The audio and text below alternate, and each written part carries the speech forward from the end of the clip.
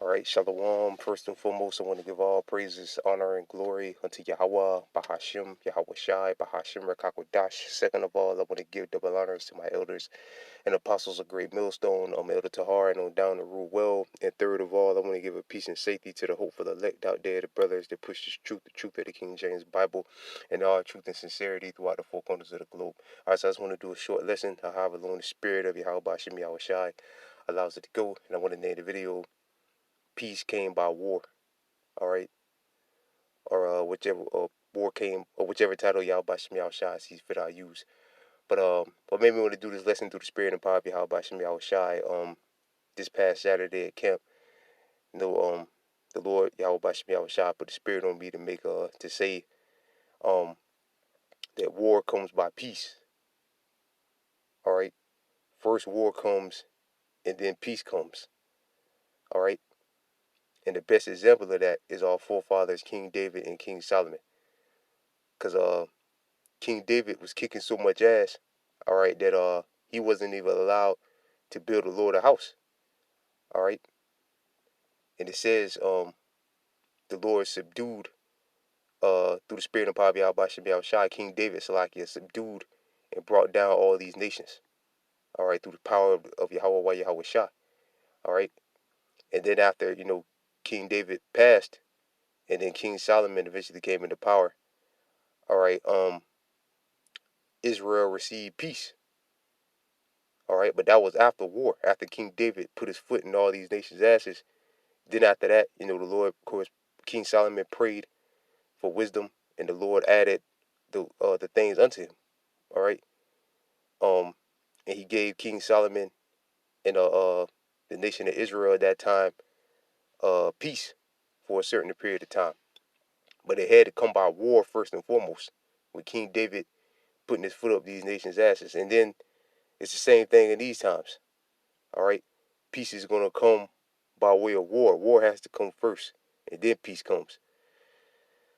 Salakia. People have been praying for war, for world peace world peace for years. But the scriptures say in Revelation the 6th chapter, it speaks about the red horse, which represents the so-called white man, Esau Edom, and it said that the red horse was set up to take peace from the earth. So Esau's the so-called white man. He's not about peace. He's about destruction about destruction.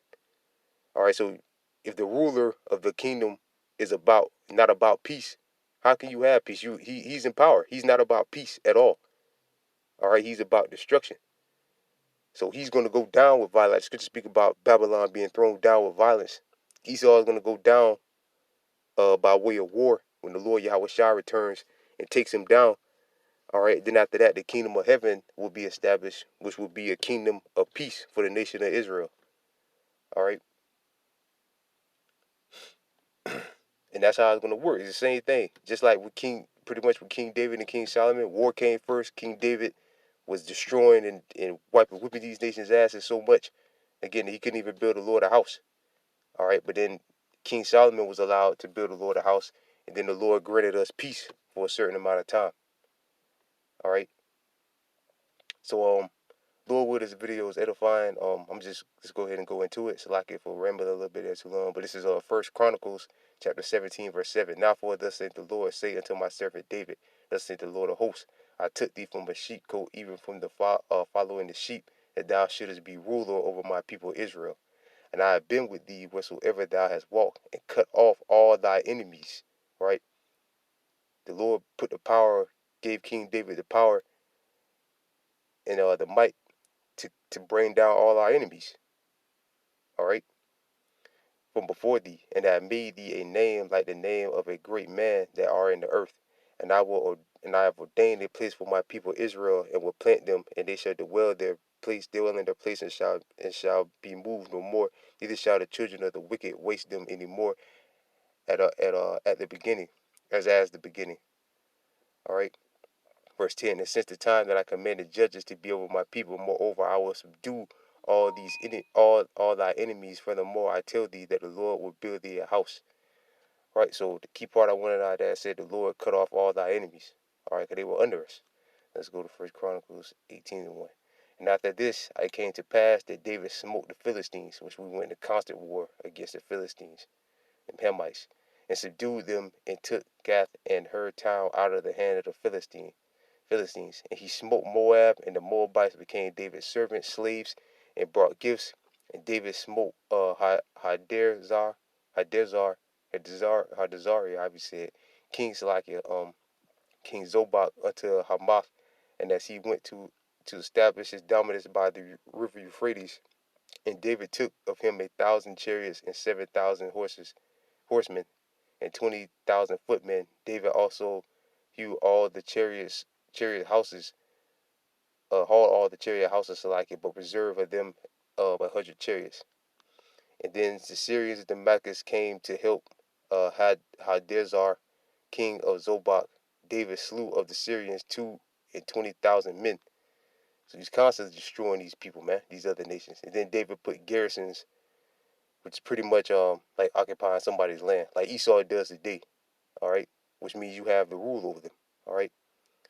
And the Syrians became David's servants, slaves, and brought gifts. And thus the Lord preserved David wheresoever he went. And David took the shields of gold and were on the service of Hadaezer, and brought them to Jerusalem. Likewise from Tabhath, from Shun cities and Hadaezer, brought David very much brass, wherewith Solomon made brass sea and pillars and vessels of brass. Okay, let's jump down. Verse 11. Then also King David dedicated unto the Lord silver and gold, and he brought forth all these nations from Edom, and from Moab, and from the children of Ammon, and from the Philistines, and from Amalek. Moreover, Ashbishah, the son of Zeruiah, slew of the Edomites in the valley of Salt 18,000, and he put garrisons in Edom, and all the Edomites became David's servants. Thus the Lord preserved David wherewith so he went. So yes, it was, as you can see, through spirit and power, how by Shemi Awashai, the Lord put the spirit on David to put his foot up these nations' asses, man, to bring them down, all right, to destroy them, to bring them to their knees, all right, to go to war with them and take them down, all right. So again, war came first, all right. We had to go to war with them nations first. Then eventually, what happened? The Lord brought us peace, and again, it's going to be the same thing in these times, all right. The war is going to come when the Lord Yahweh Shai comes back, take down these nations, Esau being the first nation, and then the other nations. All right, and then we're going to receive eternal peace. All right, let's go to 2 Chronicles, chapter 22, verse 6. Then he called Solomon, his son, and charged him to build a house of the Lord, power of Israel. And David said to Solomon, my son, as for me, it was in my mind to build a house unto the name of the Lord my power. And the word of the Lord came unto me, saying, thou hast shed blood abundantly. Right, because again, war. King David was just constantly going to war with them nations, to ultimately, to what? To subdue them, to put them under us. All right, so the war had to come first, then the Lord brought the peace. All right, and has made great wars, and thou shalt not build a house unto my name, because thou hast shed much blood upon the earth in my sight. Behold, a son shall be born to thee, which is King Solomon, shall be a man of rest, right? A man of rest. All right, and I will give him rest from all his enemies, because they was under us, they was under our feet. All right, well, yeah, the Lord, through the war, after putting the spirit on his father, King David, Solomon's father, King David, to beat the shit out of these nations, excuse my language, all right, then the Lord gave his son, his seed, rest. King Solomon rest, all right? And in these times, we're going to have to go through the war, all the hell, all right? The Third World War going to take place. The victors are going to be Yahweh Shemi Awashai and the children of Israel, and then we're going to receive peace, all right? Eternal peace. From his name shall be Solomon, and I will give peace and quietness unto Israel in his days. Right. And but first that war had to happen first. The Lord had to put the spirit on King David to subdue these nations first. All right, and then the Lord granted us peace. All right. Verse 10, and he shall build a house of my name, and he shall be my son, and I will be his father, and I will establish the throne of his kingdom over Israel forever.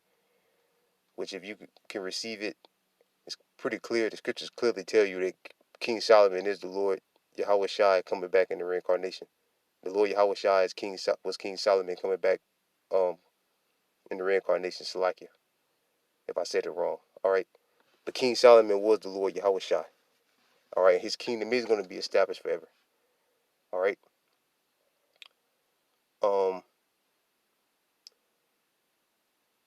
Only the Lord give thee wisdom and understanding, and give thee charge concerning Israel, and thou mayest keep the laws of the Lord thy power.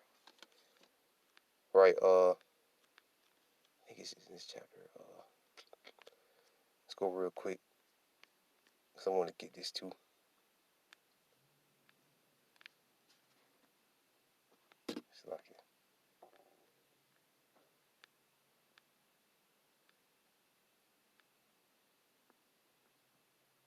All right, this Second Chronicles chapter 1, verse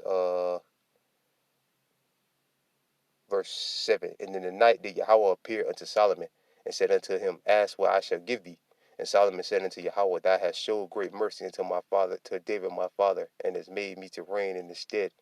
And the Lord power let thy promise unto David my father be established. For thou hast made me king over all thy people, over a people like the dust of the earth in multitude. And gave me now wisdom and knowledge, and give me now Salakia wisdom and knowledge, that I may go and come in before his people, for who can judge this thy people that is so great. And Yahweh said unto Solomon, because this was in thy heart, and thou hast not asked riches, wealth, or honor, or life, or the life of thy enemies, neither yet has asked long life, but has asked wisdom and knowledge for thyself, that thou mayest judge my people over whom I have made thee king. Wisdom and knowledge is granted unto thee, and I will give thee riches, wealth, honor, such as none of the kings that have had that have been before thee, neither shall there any after thee have the like. Right? Because Solomon was balling out of control, man. You know, I live in like a country like town, a small town, and then the surrounding county is a small town. So you see like a lot of horses and, you know, cattle and, you know, stuff like that. I basically live in like the what they call the sticks, the woods, basically. And you see these Edomites with hundreds of cattle, and, you know, 100 might have 100, you know, might have about 30 goats, maybe about 100 cows or something like that. But when you read the scriptures, it tells you that King Solomon was sacrificing, you know, 20,000 oxen, you know, 10,000 sheep to the Lord. So he had riches beyond imagination, man. All right. Again, you ride in the country areas, you see these Edomites might have 100 cows or 50 cows. That ain't nothing, man. King Solomon had 10,000 cows, 10,000 oxen, 100,000 sheep. You know how much cattle? That's a lot of cattle, man. How much land you need to for that number of cattle? All right, King Solomon is the definition of what balling is, man. All right, and we're gonna live like that in the kingdom of heaven, man. All right, but you got niggas that want to stay here forever, man, and live in a small apartment with no land. All right, and pay rent, and pay light bill and water bill to the devil. All right, and pay a car note for a piece of crap car. All right, pay for food. You gotta pay for food and water that kills you. It's a slow kill. People want to stay here. All right. That's why it's an elect, and that's why it's the 2/3. The 2/3, you can stay here and burn with America, and the elect, the Lord's going to deliver out of here. All right. But yeah, man, I brought that out because, you know, it's because wisdom and knowledge is the most important thing, man. Above all, and with that, the Lord Yahweh Bashem Yahweh Shah will add everything. All right. Like the Lord's told King Solomon, riches, honor, um, and peace. Scripture say there remaineth the rest. We're looking for that rest, man. We want that rest. All right, but that rest can't come until war happens. All right, because it's a part of prophecy, and prophecies must be fulfilled. This is Revelation chapter 1, verse 1. The revelation of Yahweh Shah Mashiach, which Yahweh gave unto him to show unto his servants things which must shortly come to pass. And he sent to sanctify by his angel unto his servant John, right things which must shortly come to pass. And our forefather John uh, saw the Third World War. All right, he saw the Third World War, the Third Woe, what the scriptures call it. This is Revelation chapter 11, verse 14. The second woe is past, and behold, the third woe come quickly. Right, the third woe come quickly. All right, and we need this Third World War to happen, this destruction to happen, which in this Third World War, America is going to be destroyed by ICBM nuclear missiles. All right, in the Third World War, and then the eternal peace is going to happen for the nation of Israel. Esau and the other nations, they're going to receive, they're going to have to go into slavery. So it ain't going to be so peaceful for them. But it doesn't matter. The only nation that matters is the nation of Israel. You so-called Negroes, Latinos, and Native and Seminole Indians. So right now, only the elect matter.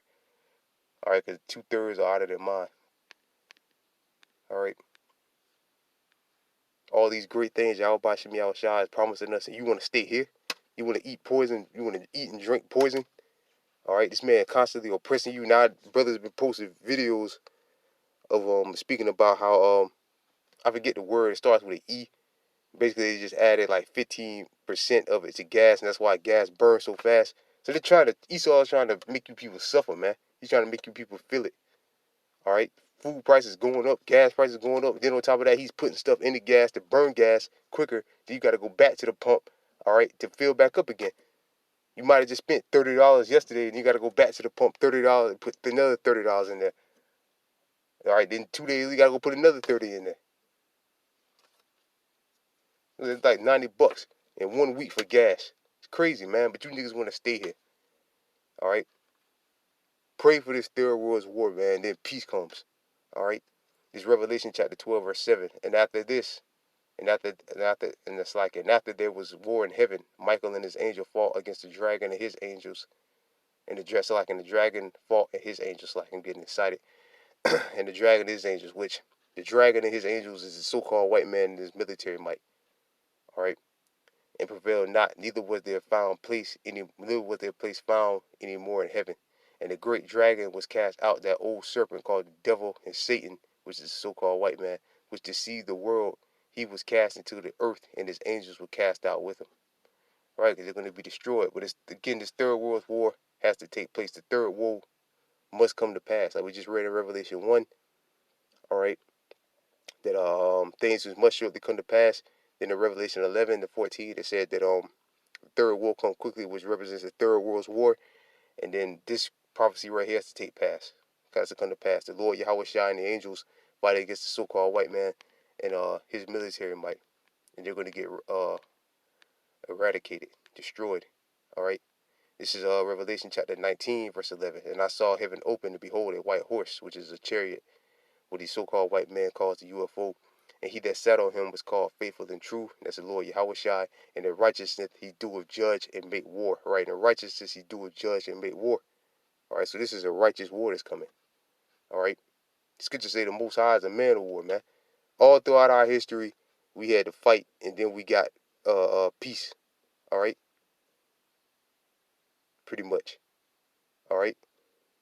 With a two, what's like an A, to say? Well, yeah, pretty much, but just dealing right now, speaking about King Solomon and the time of King David and King Solomon. Again, war had to happen first, all right, and then peace came. We had to take these nations down, and then eventually the Lord gave us peace. So it's the same thing. The Lord Yahweh Shai is going to come back and take Esau down and the other nations, and then the Lord is going to give us peace, all right. His eyes were as a flame of fire, and on his head were many crowns, and he had a name written that no man knew himself, right? The scripture say on his head were many crowns, because he's going to come and subdue and take down all these nations, all right, with violence, all right. This is Revelation chapter 18, verse 21. And the mighty angel took up a stone like a great millstone and cast it into the sea, saying, thus with violence in this Third World War, which the nuclear missiles is going to destroy America, all right, thus with violence shall that great city Babylon be thrown down, and she be found no more at all, right? By violence, by way of violence, them ICBM nuclear missiles. All right, and once the elect has been delivered, America has been destroyed, and then the rest of these nations around the world have been shackled up, all right, and led into Jerusalem, all right, to rebuild it. starting with the elite banking families of the Edomites. All right. Then we're gonna have eternal peace. We're gonna rest forever, man. All right. We're gonna rest forever. All right. This is Revelation chapter 21, verse 1. And I saw a new heaven and a new earth, for the first heaven and the first earth were passed away, which is Esau Edom's rulership. All right. Which is this heaven and earth that we're in right now. This is Esau's heaven, not ours. And there was no more sea. Verse 2. And I John saw the holy city, New Jerusalem, come down from out of heaven, come down from Yahweh out of heaven, so I can prepare as a bride adorned for a husband. Was that's the elect coming down off the chariots. All right. Verse 3. And I beheld a great voice out of the heaven saying, Behold, the tabernacle of Yahweh was with men, and he would dwell with them, and they shall be his people, and Yahweh himself shall be with them and be their power. Right. We're going to be back under the good graces of the Heavenly Father. And that's when we're truly going to be blessed. Like King Solomon. All right. The Heavenly Father was 110% with King Solomon, 144,000% with King Solomon. All right. And he got blessed beyond imagination, man. The Lord bless him beyond imagination. So once we get back in the good graces of the Heavenly Father, Yahweh, we're going to be blessed beyond imagination. More riches than we can imagine. More women, whatever, man, that you could imagine. Scripture say eyes have not seen, nor they have entered into the ears, roughly paraphrasing, of what the Lord had prepared for them that love him. It says that in, I think, the book of 1 Corinthians. Salakia. All right, so we're going to be blessed beyond imagination, man. All right. And Yahweh shall wipe away all tears from their eyes, and there shall be no more death, neither sorrow, nor crying, neither shall there be any more pain, for the former things have passed away. Right? The former things have passed away. Like this shithole kingdom that we're in right now, Esau's kingdom, is going to be passed away, done away with, man. But it's going to come by way of war, and then we're going to get peace. All right, so we should be praying that the Lord brings this third world war quicker, because that's the only way we're going to get peace. All right. So with that, Lord will, I wasn't too all over the place. Lord will, this lesson came together, and it made sense, Again, I made that statement through the Spirit and power of Yahweh Shemi Shai at last Saturday at camp, this past Saturday at camp. I was just reading over Chronicles today, and yeah, man, war had to happen first. King David, when you read about what King David was doing, killing tens of thousands of men, him and his mighty men destroying tens of thousands of men, taking down these nations, setting up garrisons in their lands, basically occupying their lands, all right, because he had to rule over them, all right. Then after King David passed, then the Lord set King Solomon up, and that was 40 years of peace, all right, 40 years of rest, no fighting, no nothing, just chilling, all right. But first they had to come by way of war. So the only way we're gonna be able to rest, chill, is when the Lord Yahweh Shah returns and takes down Esau by way of war. All right, and then the rest comes. So with that, our prettiest listeners, that I find all praises, honor, and glory to Yahweh, Bahashim, Yahweh Shai, Bahashim Rekakwadash, double honors to my elders and apostles of Great Millstone, and peace and safety to you brothers out there pushing this truth and sincerity. And with that, I'm going to say shalom.